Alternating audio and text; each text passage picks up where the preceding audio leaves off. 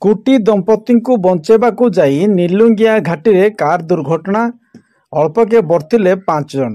ଲିଙ୍ଗାଗଡ଼ ପଞ୍ଚାୟତ ଅନ୍ତର୍ଗତ ନିଲୁଙ୍ଗିଆ ଘାଟିରେ ଗୋଟିଏ କାର ଦୁର୍ଘଟଣା ଘଟିଛି।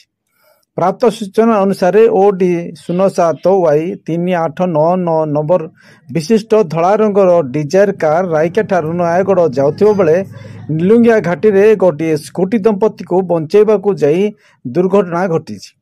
କାର ମଧ୍ୟରେ 5 ଜଣ ରହିଥିଲେ। ଯାହା ସୂଚନା ରହିଛି, ବୁଲାଣୀରେ ସ୍କୁଟି ନିଜର ଭୁଲ ରାସ୍ତାରେ ନିଲୁଙ୍ଗିଆ ଆଡ଼କୁ ଯାଉଥିବା ବେଳେ ଅପରପକ୍ଷରୁ ଉକ୍ତ କାର ଉଦୟଗିରି ଆଡ଼କୁ ଆସୁଥିବା ସମୟରେ ଉଭୟ ଗାଡ଼ି ମୁହାଁମୁହିଁ ଦୁର୍ଘଟଣା ହେବା କଥା, କିନ୍ତୁ କାର ଚାଳକ ସ୍କୁଟି ଚାଳକଙ୍କୁ ବଞ୍ଚାଇବାକୁ ଯାଇ ନିଜେ ରାସ୍ତାକଡ଼ ଲୁହା ବାଡ଼ରେ ଲାଗି ଦୁର୍ଘଟଣା ହୋଇଥିଲେ। ପରେ କାର ସମ୍ମୁଖ ଭାଗ, ଡ୍ରାଇଭର ସାଇଡ୍ ଚକା ବାରସ ହେବା ସହ ଅନ୍ୟାନ୍ୟ ଜିନିଷ ଭାଙ୍ଗିଯାଇ ଗାଡ଼ିଟି ଅଟକି ଯାଇଥିଲା ଓ ଦୁର୍ଘଟଣାରୁ ଅଳ୍ପକେ ବର୍ତ୍ତି ଯାଇଥିଲା। ଯାହା ସୂଚନା ରହିଛି, କାର ମଧ୍ୟରେ ଥିବା 5 ଜଣ ସୁରକ୍ଷିତ ଥିବା ଜଣାପଡ଼ିଛି।